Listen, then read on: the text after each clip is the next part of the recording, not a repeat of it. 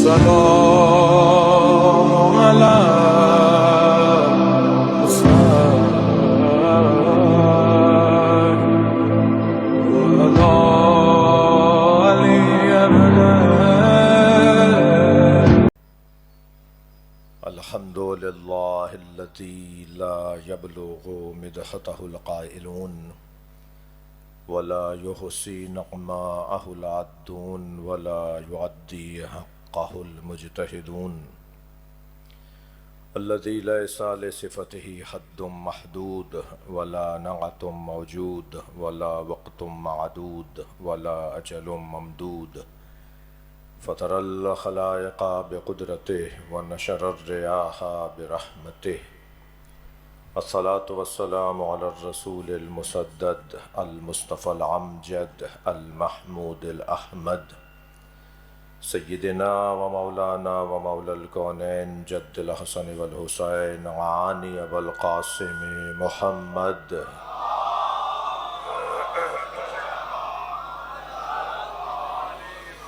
وآله الطيبين الطاهرين المعصومين الذين قال الله إنما يريد الله ليذهب عنكم الرجس أهل البيت ويطهركم تطهيرا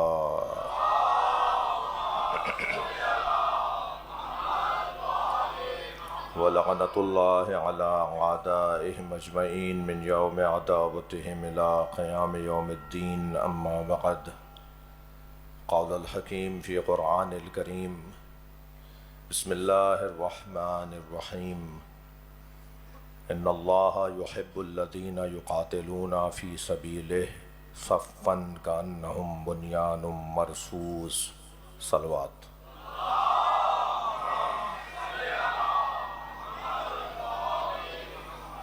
التماس کر رہا ہوں ایک سورہ فاتحہ 3 مرتبہ سورہ اخلاص مرحوم مغفور سید مظہر حسین زیدی ابن سید ظفر حسین زیدی سیدہ ممتاز فاطمہ بنت مولانا سید شمس الحسن زیدی مرحوم مغفور سید ابرار حسین کاظمی رحم اللہ من قرأ الفاتحہ بسم اللہ الرحمن الرحیم الحمد للہ رب العالمین الرحمن الرحیم مالک یوم الدین ایاک نعبد و ایاک نستعین اهدنا الصراط المستقیم صراط الذین انعمت علیہم غیر المغضوب علیہم ولا الضالین بسم اللہ الرحمن الرحیم قل هو اللہ احد اللہ الصمد لم یلد ولم یولد ولم یکن له کفوا احد بسم اللہ الرحمن الرحیم قل هو اللہ احد اللہ الصمد لم یلد ولم یولد ولم یکن له کفوا احد اللهم صل علی محمد وآل محمد مغفرت کے لیے بلند تر صلوات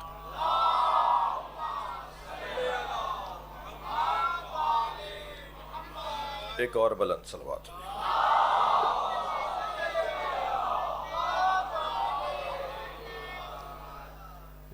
سورہ مبارکہ صف کی 4تھی آیت ہے۔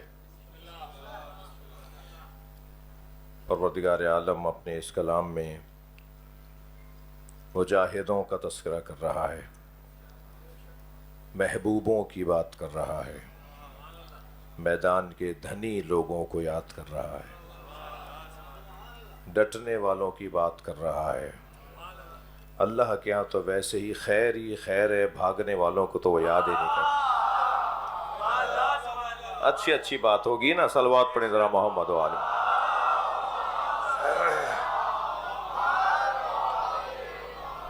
ان اللہ یحب الذین یقاتلون فی سبیلہ، بتحقیق اللہ ان سے محبت کرتا ہے جو اس کی راہ میں ایسے قتال کرتے ہیں، صفاً کانہم بنیان مرصوص، جیسے شیشہ پلائی ہوئی دیوار۔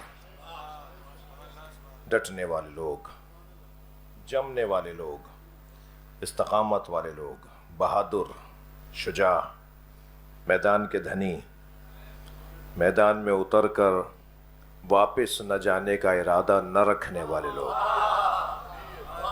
جو میدان میں اس لیے نہیں جاتے کہ انہیں واپس آنا ہے۔ اور وہ ان اللہ یحب الذین یقاتلون فی سبیلہ، اللہ ان سے محبت کرتا ہے اور یقین جانیے اللہ جن سے محبت کرتا ہے پھر دنیا ان سے نفرت کا ارادہ بھی کرے تو نہیں کر سکتی. سارے جہان کو اگر ساری دنیا کو ایک طرف کھڑا کر دیں کہ ان سے مخالفت، ان سے نفرت، ان سے بغض، ان سے عناد کر سکیں، وہ نہیں کر پائیں گے. یعنی بڑے بڑے بجٹ فیل ہو جائیں گے، بڑے بڑے سرمایے ضائع ہو جائیں گے، کوئی کچھ نہیں بگاڑ سکے گا ان کا جو مجاہد ہیں. میدان میں اترنے والوں کا کوئی کچھ نہیں بگاڑ سکتا. ہر جگہ متوجہ ہستی شما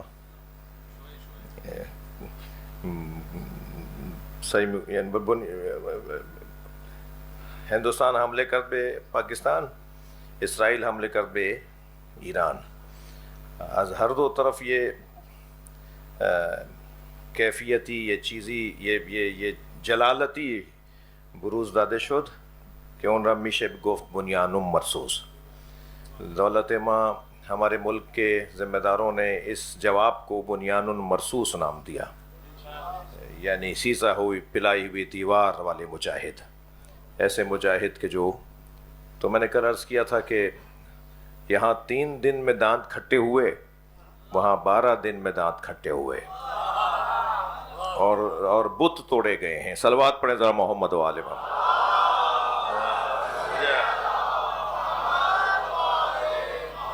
تو یہ کیسے ممکن ہے؟ یعنی یہ اب میں آپ کو آج کا مضمون آپ کے حوالے کر دوں.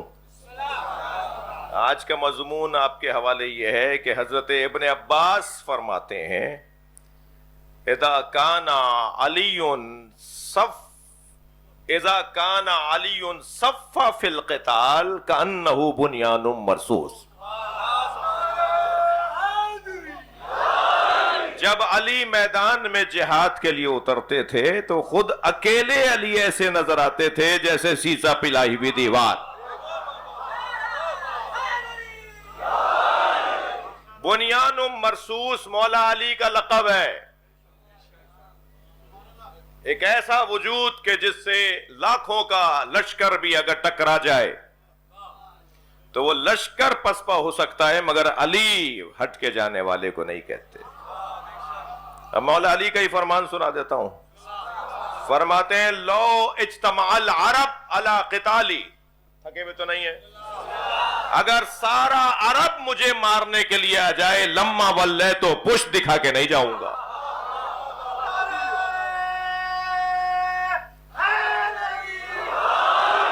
میرا محترم سامع متوجہ ہے کہ کل کی گفتگو ہم نے جنگ بدر پر کچھ دیر غور کیا تھا کہ جنگ بدر میں کیا ہوا. جی جہاد کا دور ہے بھائی،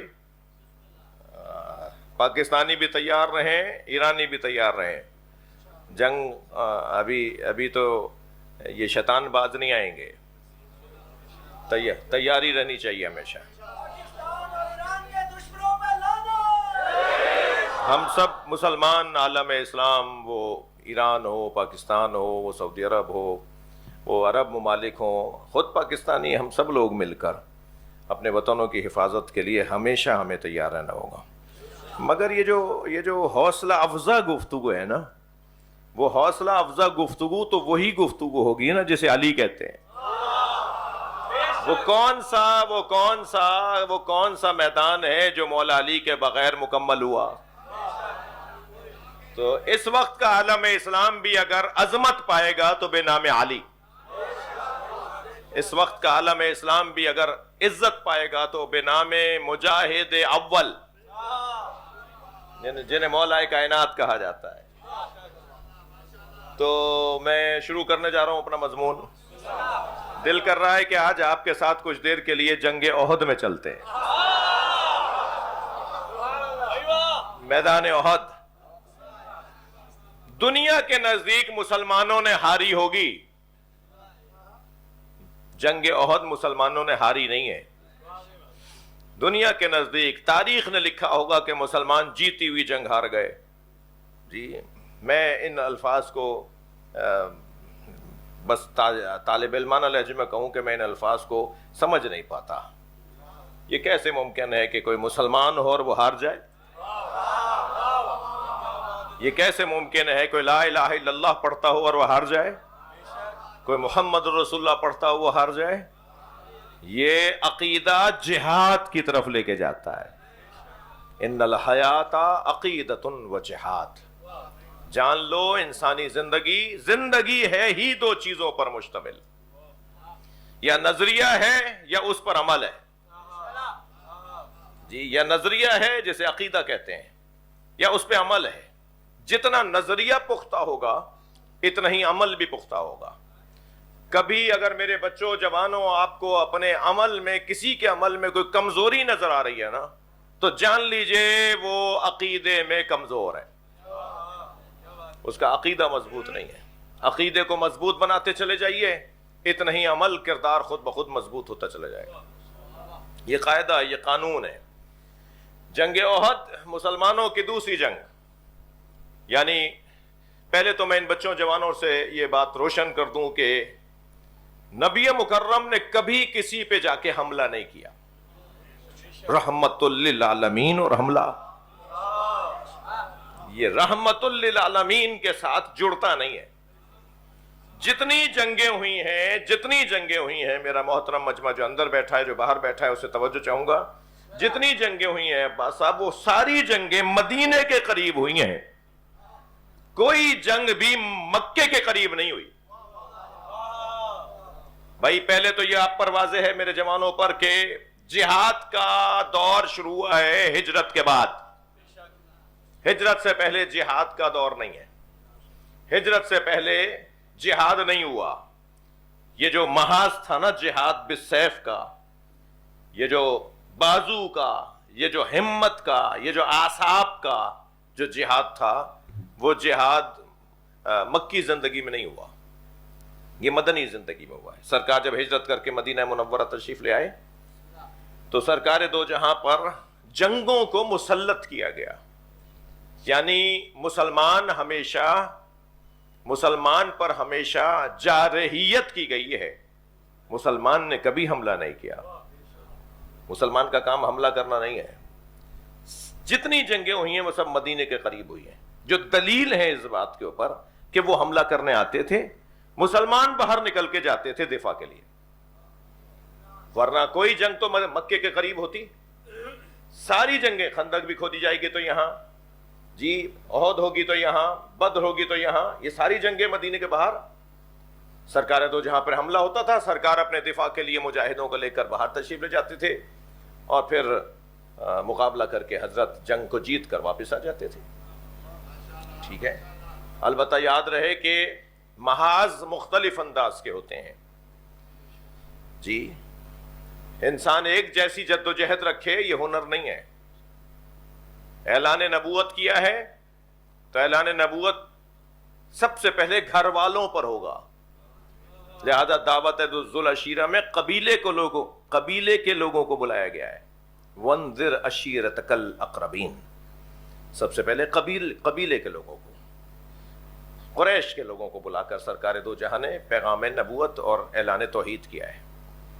جی اللہ کی وحدانیت کا اعلان کیا ہے. یعنی اللہ وحدہ لا شریک ہے، اس کا اعلان اور اظہار اور اس کے ماننے والوں میں اضافے کی انہیں دعوت دی ہے. دعوت توحید، دعوت وحدت کلمہ.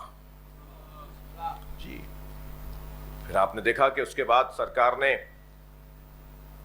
مکۃ المکرمہ میں جو مسلسل جد و جہد رکھی، اور پھر ایک وقت ایسا آیا کہ حضرت کو اتنی اذیتیں پہنچیں. لیکن آپ دیکھیے جس نے وہ 10 سال کی عمر میں وعدہ کیا تھا نا، اس نے کبھی ساتھ چھوڑا نہیں. وہ 10 سال کی عمر میں جس نے کہا نا انا یا رسول اللہ، دنیا اسے بچہ کہے، مگر عزیزان گرامی وہ جب بظاہر کم سن تھا تب بھی مجاہد تھا، اور جب وہ ہجرت کے موقع پہ نبی کے بستر پہ سویا ہے تب بھی اعصاب پہ قابو رکھ کر بتایا کہ میں ہی مجاہد ہوں. اور جب مکۃ المکرمہ سے مدینہ ہجرت کر کے سرکار تشریف لے گئے تو جتنی بھی جنگیں ہوئی ہیں ان سب میں بھی جو نبی کا علمدار بن کے سامنے آیا ہے، صاحب اللواء محمد، اسلام کے پرچم کا پرچمدار اگر کوئی بنا ہے تو وہ 20 سال کی عمر میں سب سے پہلے مولا علی بنے. جنگ بدر کے اندر 20 سال کی عمر ہے مولا علی کی جی. پھر جنگ احد آتا ہے، پھر جنگ بنی قریظہ آتا ہے، پھر جنگ خندق آتی ہے، پھر جنگ بنی نذیر آتی ہے، پھر جنگ خیبر آتی ہے، ٹھیک ہے، پھر صلح حدیبیہ. صلوات پڑھے ذرا محمد و آل محمد. ترتیب یہی ہے. کوئی ایک میدان بتائیے جس میدان کے شہسوار کو علی نہ کہیں. وہ جنگ گرم اسلحے کی جنگ ہو، وہ جنگ بستر پہ سو کر اپنے وجود پر تسلط رکھنے کی جنگ ہو، وہ جنگ صلح حدیبیہ کے موقع پر قلم چلا کر جنگ ہو. یعنی یہ ہے نا کہ ایک انسان جو ہمیشہ تلوار چلاتا ہو، جس نے ہر میدان کے اندر تلوار چلائی ہو، جس نے دشمن کو پٹخ پٹخ کر مارا ہو اور زیادہ مارنے میں بھی وہ زحمت نہ کرتا ہو، ایک ہی وار میں جنگ کا خاتمہ کر دیتا ہو، ایک ہی لمحے میں وہ جنگ کو تمام کر دیتا ہو، جس کے مزاج میں جہاد رچا بسا ہو، اس علی ابن ابی طالب سے قلم چلتا ہوا کیسا لگے گا؟ اور نبی نے جہاد تو بہت کیے، مگر اللہ نے فتح مبین کسے کہا؟ بھائی جنگ میرے حساب سے بدر تو کامیاب جنگ، احد بھی کامیاب جنگ. ابھی میں جنگ پڑھنے کی کوشش کرتا ہوں کہ جنگ احد بھی کامیاب جنگ جی، بنی قریظہ بھی، خندق بھی، بنی نذیر بھی، خیبر بھی، یہ ساری کامیاب جنگیں اسلام نے لڑیں، مگر کسی جنگ کے جیتنے پر اللہ نے نہیں کہا انا فتحنا لکا فتحا مبینا، اے میرے حبیب ہم نے آپ کو کھلی فتح عطا کر دی. یہ بچہ پوچھ سکتا ہے نا کہ یہ آیت کون سی میدان کی ہے؟ خیبر فتح کیا تھا تب یہ آیت آئی تھی، خندق فتح کیا تھا تب یہ آیت آئی تھی، بدر کے اندر مولا علی نے جنگ جیتی، جناب حمزہ نے جنگ جیتی، جناب عبیدہ نے جنگ جیتی، تب یہ آیت آئی تھی. آیت آئی کب تھی؟ آیت تب آئی تھی کہ جب اللہ نے حکم دیا میرے نبی تلواروں کو رکھوا دو، قلم کو اٹھاؤ. اور ابھی قلم چلایا جا رہا ہے صلح حدیبیہ کے لیے، ابھی فتح مکہ نہیں ہوئی ہے، صرف قلم چلانے کو اللہ نے فتح مبین کہا ہے. طالب علم بیٹھے ہوئے ہیں نا مجلس میں، ریسرچ کرنے والے بیٹھے ہوئے ہیں، پڑھے لکھے لوگوں کا مجمع ہے. سب سے زیادہ کامیاب جنگ جو لڑی جاتی ہے نا، وہ قلم کی جنگ ہے، کاغذی جنگ ہے، کاغذی. معاف کیجئے گا جو میں کہہ رہا ہوں وہی توجہ کریں گے اس کے اوپر.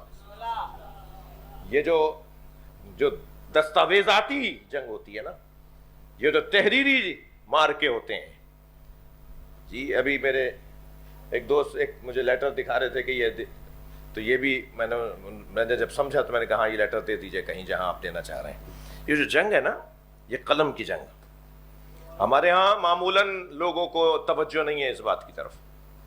ارے بھائی آپ نے درخواست دی تھی، آپ نے وہاں سے این او سی لی تھی، آپ نے وہاں انٹری کروائی تھی، آپ نے وہاں اس کے اوپر جو ہے وہ ریسیونگ لی ہے. میں اشارے کر رہا ہوں کچھ. صلوات پڑھیں ذرا محمد و آل محمد.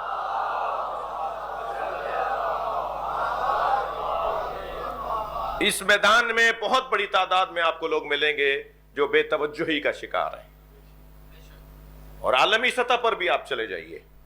آج اقوام متحدہ کے اندر بڑے بڑے مارکوں پہ آپ سر چڑھ کر بولتے ہی اس بنیاد پر ہیں کہ آپ نے وہاں پر کچھ تحریریں پیش کی ہوئی ہیں، آپ نے کاغذی کارروائی وہاں مکمل کی ہوئی ہے، اس لیے آپ روب سے بات کرتے ہیں.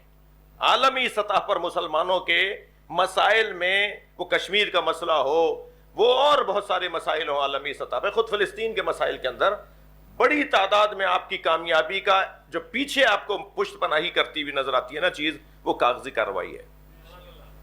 جوڑ دیجئے نا صلح حدیبیہ کے ساتھ آج کے قلم کو.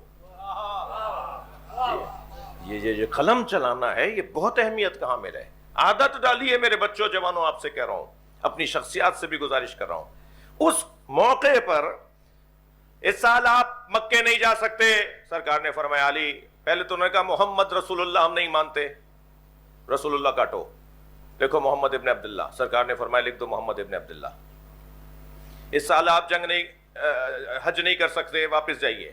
مولا نے فرمایا لکھ دو ہم واپس جا رہے ہیں. آئندہ سال آپ آئیں گے 1000 سے زیادہ لوگ نہیں ہوں گے، علی لکھ دو 1000 سے زیادہ لوگ نہیں ہوں گے. ہمارا آدمی آپ کے پاس آئے گا، آپ کو واپس کرنا پڑے گا، علی لکھ دو ان کا آدمی ہمارے پاس آئے گا ہم واپس کریں گے، آپ کا آدمی ہمارے پاس آئے گا ہم واپس نہیں کریں گے، علی لکھ دو ہمارا آدمی ان کے پاس جائے گا یہ واپس نہیں کریں گے۔ ساری باتیں انہی کی مان لی۔ بھائی 1400 سال بعد بھی اوسوں کو سمجھ میں نہیں آ رہا تو اس وقت کے بعض لوگوں نے اگر شک کیا ہو تو تعجب کیا، کہنے لگے ساری باتیں آپ نے مان لی، اب کوئی ایک جملہ ایسا بتائیں کہ جس میں ان سارے جملوں میں نبی کی کامیابی نہ ہو۔ اگر محمد رسول اللہ ہٹوا رہے ہیں تو محمد ابن عبداللہ کب غلط ہے؟ وہ ہٹا کر وہ لکھا جا رہا ہے تو وہ بھی تو صحیح ہے۔ محمد رسول اللہ ہٹا دو، محمد ابن عبداللہ لکھ دو، یہ بھی ٹھیک ہے وہ بھی ٹھیک تھا۔ آپ کا آدمی ہمارے پاس آئے گا ہم واپس نہیں کریں گے، جو ہمیں چھوڑ کے چلا گیا ہو وہ اس قابل کہاں ہے جو اسے واپس مانگے؟ اور ہمارا آدمی آپ کے پاس آئے گا تو آپ کو واپس کرنا پڑے گا، علی لکھ دو ان کا آدمی ہمارے پاس آئے گا ہم واپس کریں گے، اسے مسلمان بنا کے لوٹانا تو ہمارا کام ہے، لکھ دو ہم واپس کریں گے ان کا آدمی۔ جتنے بھی اس وقت میں شقیں لکھی گئیں سرکار دو جہاں نے اور لکھوائیں اور آپ نے قبول کی، بظاہر لوگ سمجھ رہے تھے ساری ان کی باتیں مان لی، ساری انہی کی باتیں مان لی، لیکن نہیں عزیزان گرامی، قرآن کہہ رہا ہے اِنَّا فَتَحْنَا لَكَ فَتْحًا مُبِينًا، ہم نے کامیابی کھلی فتح انہیں دے دی، ہم نے کھلی فتح دے دی۔ جس کے مزاج میں سونا نہ ہو وہ سو کے دکھائے، جس کے مزاج میں تلوار چلانا ہو قلم چلا کے دکھائے، جس کے میدان میں قلم چلانا ہو وہ تلوار چلا کے دکھائے۔ بھئی آپ ذرا مزاجوں کے بدلنے کو مت دیکھیے گا، دیکھیے گا کہ یہ پابند مشیت ہے۔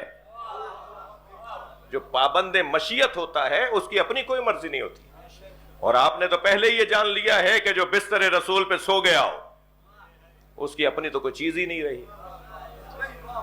ہاں اس نے تو اپنا سب کچھ بیچ دیا نا، اور اللہ سے ان کے بدلے میں مرضیاں لے لی۔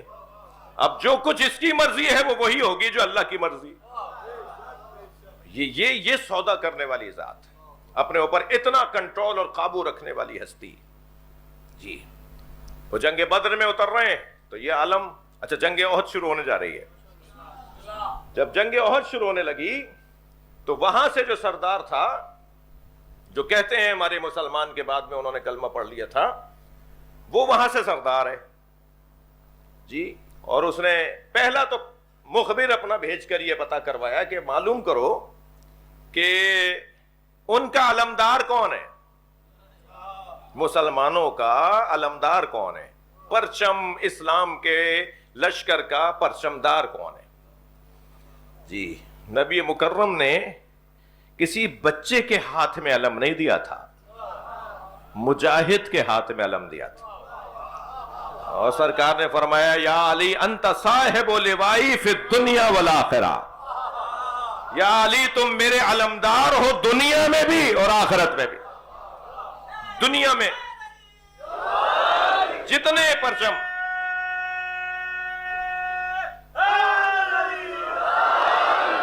جتنی جنگیں سرکار دو جہاں نے لڑی ہیں دشمن کے خلاف، اس میں علمدار مولا علی،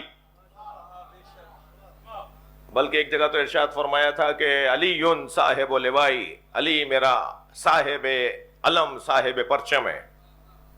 ایک جگہ فرمایا کہ محشر میں علی میرے آگے چلے گا، میں علی کے پیچھے چلوں گا۔ تو کسی نے کہا یا رسول اللہ آپ علی سے افضل ہیں، علی کے آگے علی آپ کے آگے کیسے چلیں گے؟ حضرت نے فرمایا تم نے نہیں سنا، علی صاحب لوائی، ہمیشہ پرچمدار آگے چلتا ہے، لشکر پیچھے چلتا ہے۔ تو محشر میں فرمایا جو علم لے کر آئیں گے نا مولا علی، اسے لکھا ہے لواء الحمد۔ جی لواء الحمد، لواء کہتے ہیں علم کو۔ اس محشر میں جو مولا علی کے ہاتھ میں علم ہوگا اس کا نام ہے لواء الحمد۔ تھک تو نہیں رہا نا آپ؟ اس کے لیے ہے کہ اس کا ایک پھریرا مشرق تک جا رہا ہوگا اور ایک پھریرا مغرب تک جا رہا ہوگا۔ آج بعض لوگوں کو علم دیکھ کر ان کے حالات خراب ہونے لگتے ہیں، مجھے سمجھ میں نہیں آتا محشر میں علی کے ہاتھ میں علم دیکھ کر ان کا کیا ہوگا۔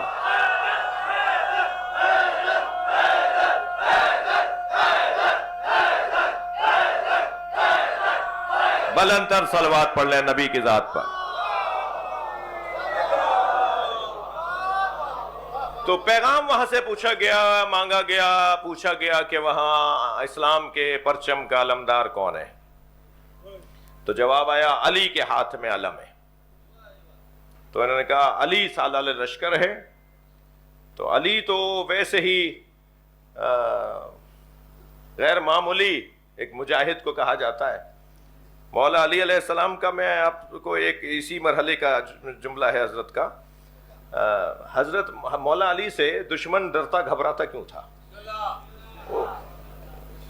اس کا سبب بتا دوں؟ مولا علی سے دشمن گھبراتا اس لیے تھا، مولا علی سے دشمن گھبراتا اس لیے تھا، توجہ ہے حضرات کی، کہ مولا سے کسی نے پوچھا مولا جب آپ میدان میں اترتے ہیں تو پہلے کسے مارتے ہیں؟ سواروں کو مارتے ہیں، پیادوں کو مارتے ہیں، زرہ پہنے والے کو، پہنے ہوئے کو، خود لگائے ہوئے کو، جو لوہے کی ٹوپی ہوتی ہے وہ ہیلمٹ ٹائپ جو لوہے کا، اسے خود کہتے ہیں، وہ پہن کے جو آیا وہ میدان میں اسے پہلے مارتے ہیں۔ تو حضرت مسکرائے فرمایا الا انی اقاتل رجلا ادعى ما ليس له، میں اسے مارتا ہوں جو یہ دعویٰ کرتا ہو کہ مجھ جیسا کوئی نہیں ہے۔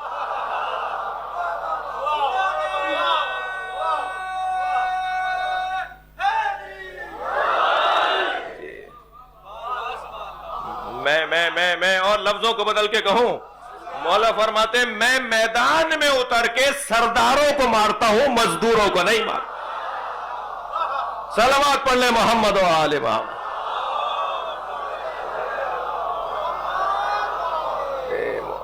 کتنا کیسا حسین فارمولہ ہے بھائی، کیوں اپنا وقت ضائع کر رہے ہو؟ کیوں اپنا مال ضائع کر رہے ہو؟ کیوں تلواروں کو خراب کر رہے ہو؟ سرداروں کو ڈھونڈ لو، 2 4 5 سردار، اس سے زیادہ تو نہیں ہوں گے۔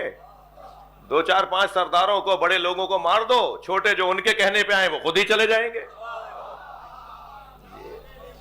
کتنا حسین فارمولہ ہے مولا علی کا دیا ہوا کہ بڑے لوگوں کو مارو بھائی، یہ بیچارے مزدوروں کو کیوں مار رہے ہو؟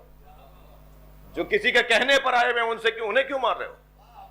جی یہ تو ایک لمحے میں پاسا پلٹیں گے جی، ان کا بیچاروں کا نہ کوئی دین نہ ایمان۔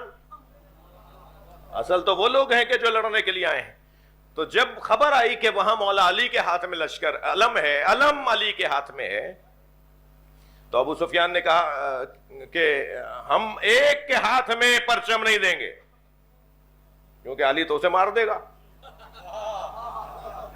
توجہ ہے حضرات کی؟ تو انہوں نے اب اپنی جنگی حکمت عملی، انہوں نے اپنی جنگی حکمت عملی تبدیل کی، اور انہوں نے کہا کہ ہمارے ہاں بھی ایسے ہی ہوتا ہے کہ ہمیشہ ایک ہی ہاتھ میں علم پرچم ہوتا ہے، اور وہاں سے بھی، لیکن وہاں کیونکہ علی کے ہاتھ میں ہے، کیونکہ اب دیکھ بھی چکے تھے جنگ بدر میں کیا ہوا ہے۔ جنگ بدر میں تو ایک دفعہ ہو چکا تھا جو کچھ ہونا تھا۔ تو انہوں نے کہا کہ اب ہم کیا کریں گے؟ کہنے نہیں، ایک کے ہاتھ میں پرچم نہیں دیں گے۔ اس نے اپنے بڑے بڑے سرداروں کو بلایا اور کہا کہ 13 لوگوں کا انتخاب کیا، 13 کہ ہماری طرف سے ہر کچھ دیر کے بعد، توجہ بھائی، ہر کچھ دیر کے بعد ہر حملے کے درمیان اچانک پرچم دار تبدیل کیا جائے گا۔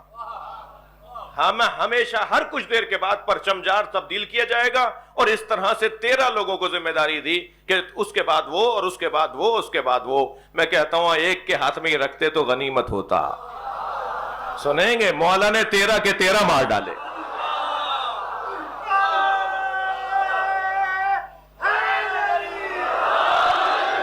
13 کے 13 مار دیے مولا نے۔ تو اب یہ تو ہاتھ پیر ان کے پھولنے لگے کہ آخر یہ کیا ہو گیا، ان کے تو بڑے بڑے لوگ مار دیے۔ تو یہ کرائے کا قاتل لے کر آئے تھے۔ اب میں بھی تو آپ کے زمانے کا ہی خطیب ہوں۔ یہ اصطلاح شاید اس زمانے میں نہ رہی ہو، مگر مزاج پرانا ہے۔ بھائی تھوڑی گردن ہلا دینا بات جائے تو۔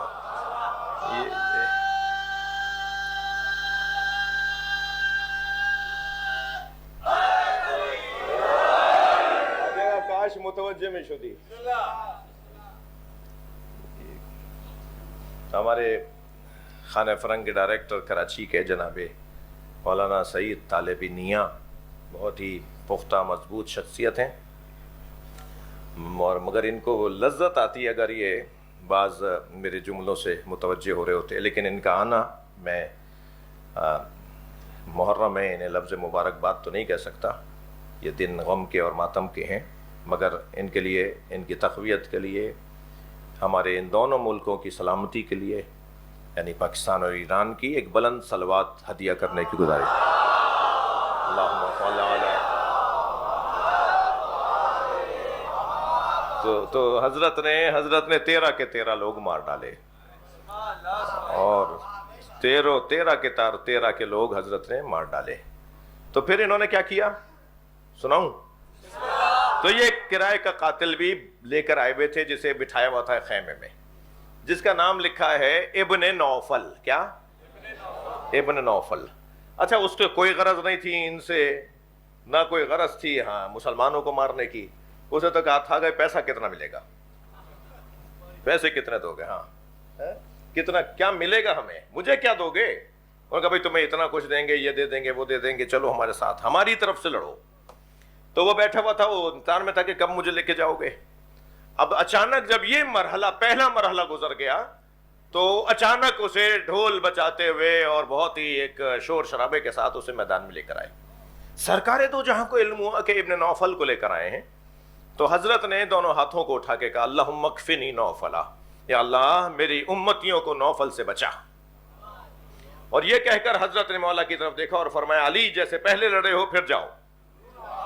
اور جنگ پھر دوبارہ سے شروع ہوئی، اور نوفل ہے کہ جو سروں پہ سر گرا رہا ہے اور مومنین کو شہید کر رہا ہے، مسلمانوں کو مار رہا ہے، کہ ایک مرتبہ نبی مکرم ایک ٹیلے پہ جا کے کھڑے ہو گئے اور میدان جنگ کا مناظرہ مشاہدہ کرنے لگے، ملاحظہ فرمانے لگے۔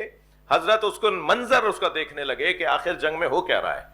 تو حضرت نے میدان میں ڈھونڈنا شروع کیا کہ نوفل کس کس سے جا کے لڑ رہا ہے۔ تو کچھ دیر کے بعد مولا علی کی دور سے آواز آئی یا رسول اللہ کسی کی تلاش ہے؟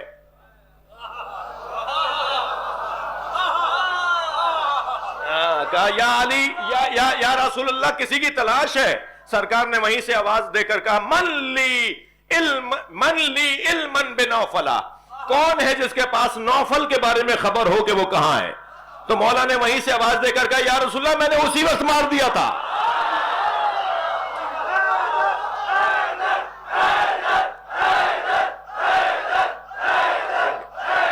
بلندتر صلوات محمد وآلہ۔ یا رسول اللہ میں نے تو اسے اسی وقت مار دیا تھا۔ جنگ احد پڑھ رہا ہوں میں آپ کے سامنے، جنگ احد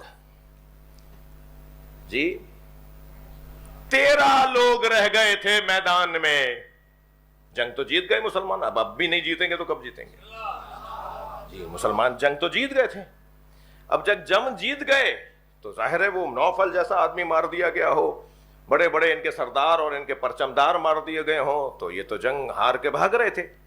یہ جو بھاگ رہے تھے تو وہ جو پہاڑی کی چوٹی پر ایک درے کے طور پر، ایک محاذ کے طور پر 50 تیر اندازوں کو سرکار نے کھڑا کیا تھا کہ یہاں سے آتے ہوئے لوگوں کو تم روکو گے۔ انہوں نے دیکھا جنگ میدان تو خالی ہو گیا، ختم ہو گئی جنگ، اب تو بس مال ہی مال بکھرا ہوا ہے۔ تو ظاہر ہے وہ مال غنیمت، ظاہر ہے وہ تھا بھی، طریقہ بھی تھا، تو یہ طریقہ نہ رہا ہو لیکن طریقہ تو تھا۔ تو وہ اس چوٹی کو چھوڑ کر سب نیچے کی طرف میدان میں آ گئے اور مال اٹھانے لگے۔ تو آواز دے کر انہیں کہا گیا کہ ابھی جنگ تمام کہاں ہوئی ہے، آپ ابھی مال غنیمت کہاں لے رہے ہیں؟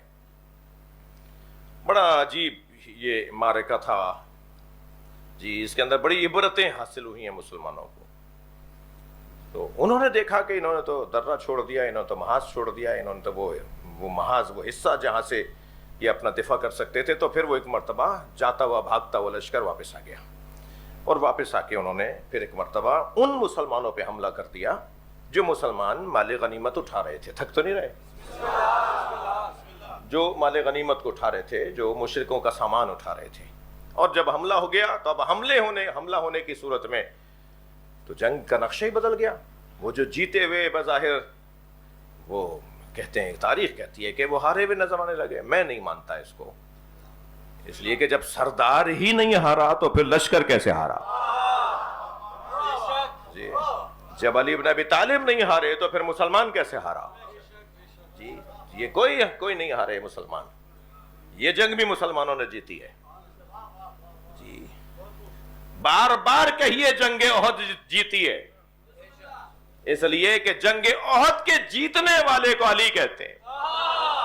مولا میدان میں 13 لوگ باقی رہ گئے اور علی بن ابی طالب ان 13 کے ساتھ، اور وہ 13 میں بھی ایک ایک کر کے لوگ زخمی ہوتے رہے۔ اکیلے علی، ایک ایسا منظر بھی بنا، ایک ایسی جگہ بھی آئی کہ اکیلے علی ایسے لڑ رہے تھے کانہو صفن کانہو بنیان مرصوص۔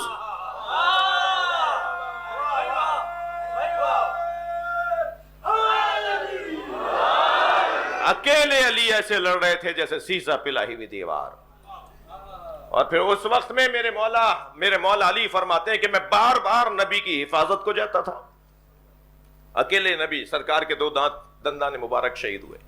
یہ واحد جنگ ہے جس میں مولا علی علیہ السلام کو سینے کی طرف سے، سامنے کی طرف سے 80 زخم لگے، سامنے کی طرف سے زخم لگے۔ اس لیے کہ کل میں نے ایک جملہ کہہ دیا تھا کہ مولا علی اپنی خاص زرہ تیار کرواتے تھے جس میں پشت کے اوپر لوہا نہیں ہوتا تھا جی، اس کے باوجود بھی۔ اور پھر جب کسی نے کہا کہ آپ کی زرہ تو خاصا سے، فرمایا میں پشت دکھاتا ہی نہیں ہوں،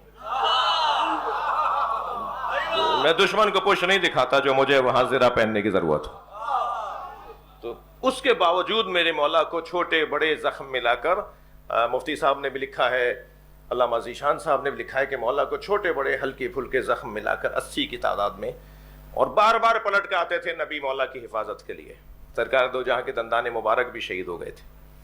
اور پھر ایک مرتبہ جب ایسی کیفیت میں کہ بلا تشبیہ برق کی طرح آپ میدان میں جاتے تھے اور بلا تشبیہ برق کی طرح آپ سرکار کی خدمت میں آ جاتے تھے، تو ایسے میں آسمان سے لوہا نازل ہوا جسے ذوالفقار کہتے ہیں، اور فضا میں جبریل امی قصیدہ پڑھتے ہوئے آ رہے تھے، اور قصیدہ یہ تھا کہ لا فتح الا علی، لا سیف الا ذوالفقار۔ اور سرکار دو جہاں کو لا کے تلوار دی، تھکے نہیں ہیں نا حضرات، اور سرکار نے فوراً مولا علی کے حوالے کی، اور مولا علی اس تلوار کو لے کر میدان جہاد کے اندر دوبارہ سے اترے، اور علی مولا نے جنگ احد کو مکمل کیا، اور یہاں تک کہ مسلمانوں نے اس جنگ کے مرحلے سے خود کو نکالا، اور مسلمان نجات پا کر اور جنگ کو مکمل کیا، اور جنگ کا خاتمہ ہوا۔ تو اس وقت میں سرکار دو جہاں نے ارے بھائی آپ کی توجہات ہیں تو میں ایک جملہ اور، وہ جب یہ مرحلہ ہو رہا تھا نا، جو جبریل امی وہاں پر تلوار جب لے کر آئے تو نبی کو دے کر، تلوار دے کر نبی نے علی کو دے، علی لے کے چلے گئے۔ تو اس تلوار سے جب علی لڑ رہے تھے نا، تو جبریل نے کہا کہ یا رسول اللہ دیکھ رہے ہیں علی کیسے لڑ رہے ہیں، یہ ایسے لڑ رہے ہیں جیسے ان کے پیچھے ایک بہت بڑا لشکر ہو۔ تو سرکار نے فرمایا کیفا لا انہو منی وانا منہ، کیسے تنہائی میں بھی لشکر کی طرح نہ لڑے، وہ مجھ سے ہے میں اس سے ہوں۔ اب یہ منیت کا کیا درجہ ہے یہ جبریل جانتے ہیں۔ جیسے ہی سرکار نے فرمایا کیفا لا انہو منی وانا منہ، تو جبریل نے بے ساختہ کہا وانا منکما، اور میں آپ دونوں سے ہوں۔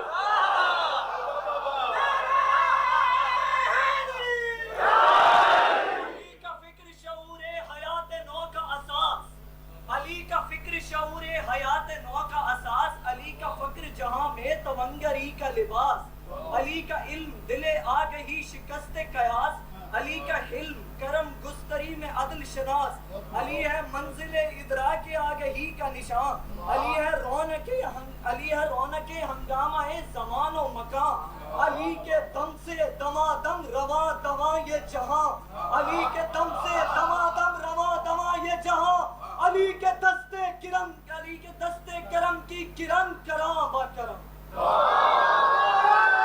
جوش جوش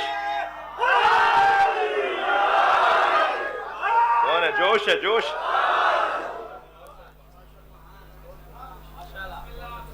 جی یہ ماں میرے عزیز آنکھوں سے نہیں دیکھ پاتے، مگر ان کی دل کی آنکھیں کھلی ہوئی ہیں، ان کی دل کی آنکھیں کھلی ہوئی ہیں۔ اللہ انہیں شفا و صحت عطا فرمائے۔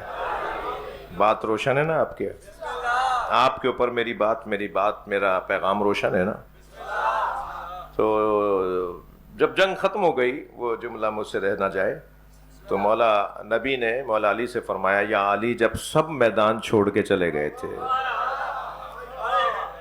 تاریخی جملہ ہے مولا علی کا، میں جنگ احد پڑھوں اور مولا علی کا یہ اعلان نہ پڑھوں. سرکار نے فرمایا یا علی جب سب میدان چھوڑ کے چلے گئے تھے تو آپ کیوں نہیں گئے؟ تو مولا علی نے بے ساختہ فرمایا اکفر بعد الایمان، کیا میں ایمان کے بعد کفر اختیار کر لیتا؟ علی کے نزدیک میدان سے بھاگنا کفر ہے. کیا میں ایمان کے بعد کفر اختیار کر لیتا؟ اور یاد رکھیے عزیزان گرامی، یہ اس علی کی صلوات پڑھے محمد و آل محمد.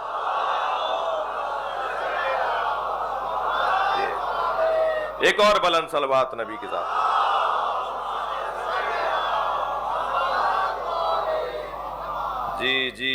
جی مولا علی علیہ السلام کا ایک لقب پڑا اس جنگ کے بعد، اور وہ لقب ہے، میں آپ کو بھی ایک وظیفہ دے رہا ہوں، پریشانیوں میں، مشکلات میں، مصائب میں، آلام میں جب الجھنیں بڑھنے لگیں تو 110 مرتبہ یا کاشف الکرب عن وجہ رسول اللہ، 110 مرتبہ یا کاشف الکرب عن وجہ رسول اللہ، اے رسول اللہ کے چہرے سے پریشانیوں کو دور کرنے والے علی. یہ یا علی مدد کا ایک اور نیا انداز ہے.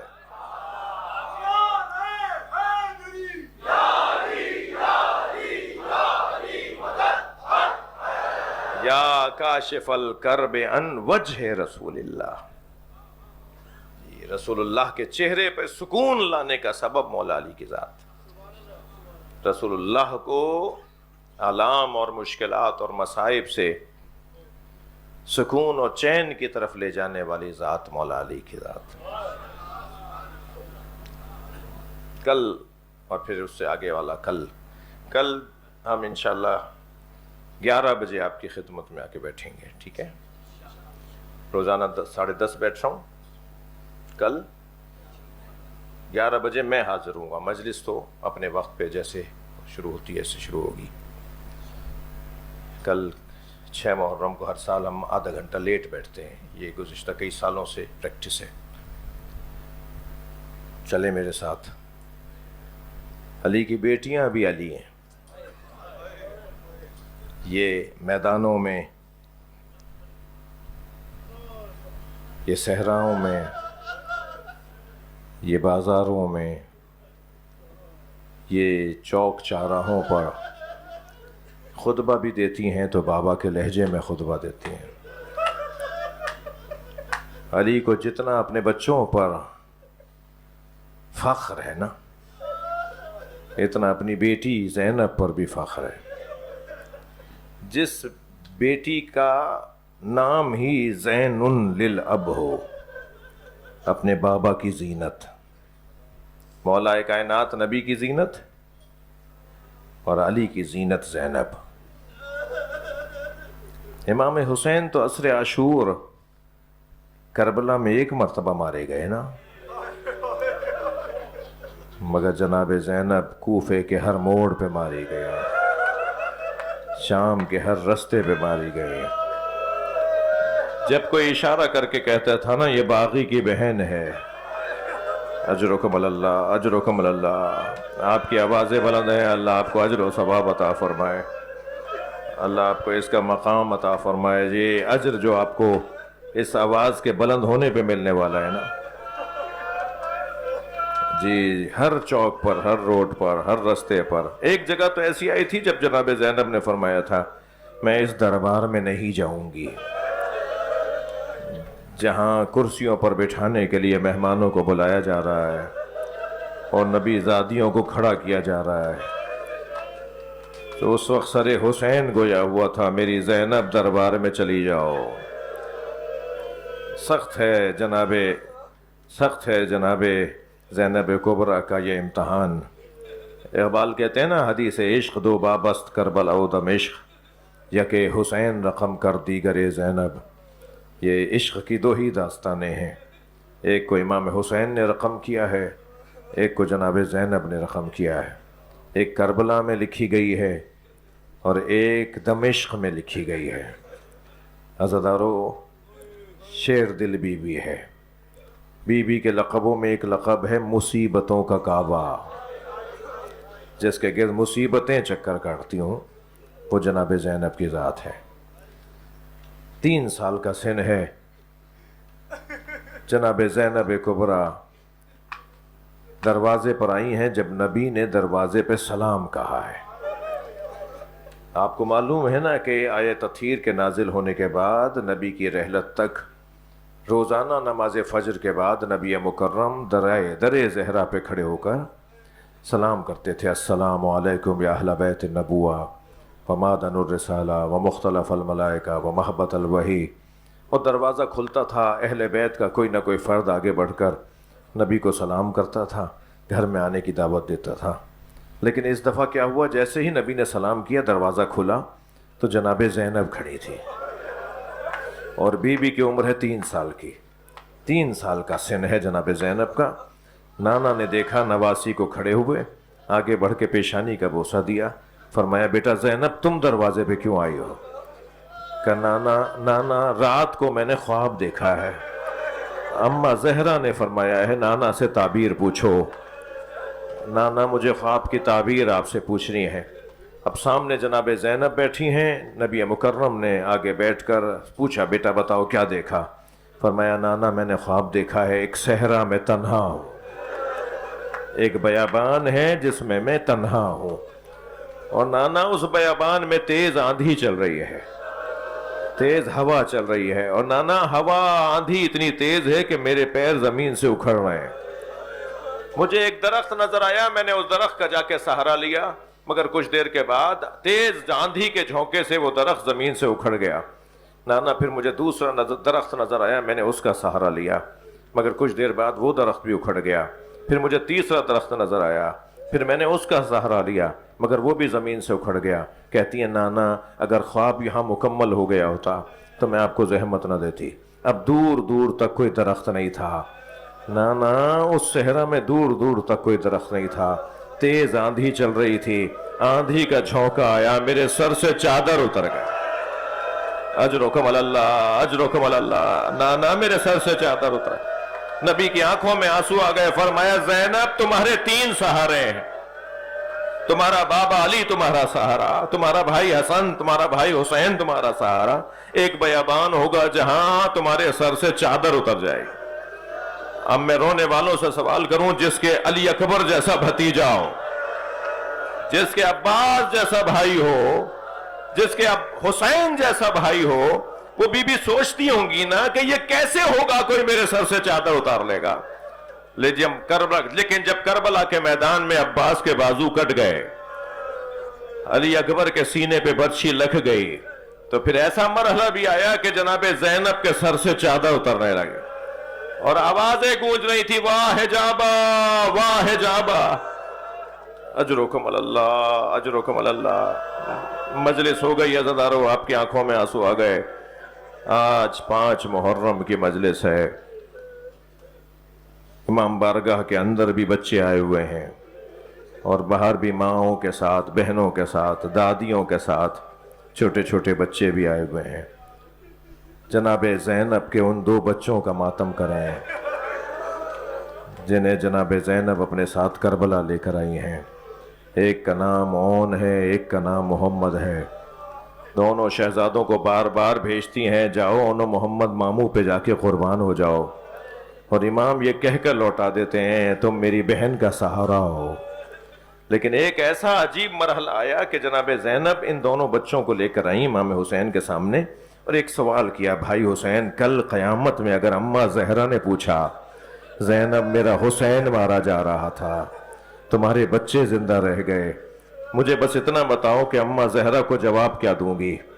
امام حسین سے رہا نہیں گیا، آواز دی اون و محمد کو تیار کیا جائے۔ حضرت علی اکبر نے، حضرت عباس نے بچوں کو تیار کیا، دونوں شہزادے میدان کربلا میں روانہ ہوئے۔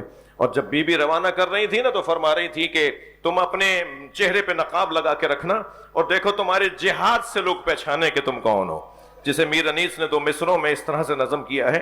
میر انیس کہتے ہیں کہ تم کیوں کہو کہ شیر خدا کے ولی کے ہیں، فوجیں پکار اٹھیں کہ نواسے علی کے ہیں.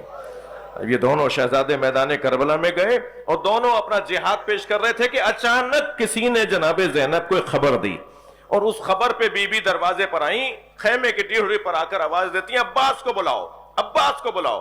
اور جب جناب عباس تشریف لائے تو فرمانے لگے عباس میں نے سنا ہے یہ دونوں لڑتے لڑتے نہر کے کنارے چلے گئے، بس تم میدان میں جا کر ایک آواز لگاؤ، اور آواز یہ لگاؤ کہ اونو محمد سکینہ پیاسی ہے، کہ کہیں تم جہاد کرتے کرتے پانی نہ پی لو.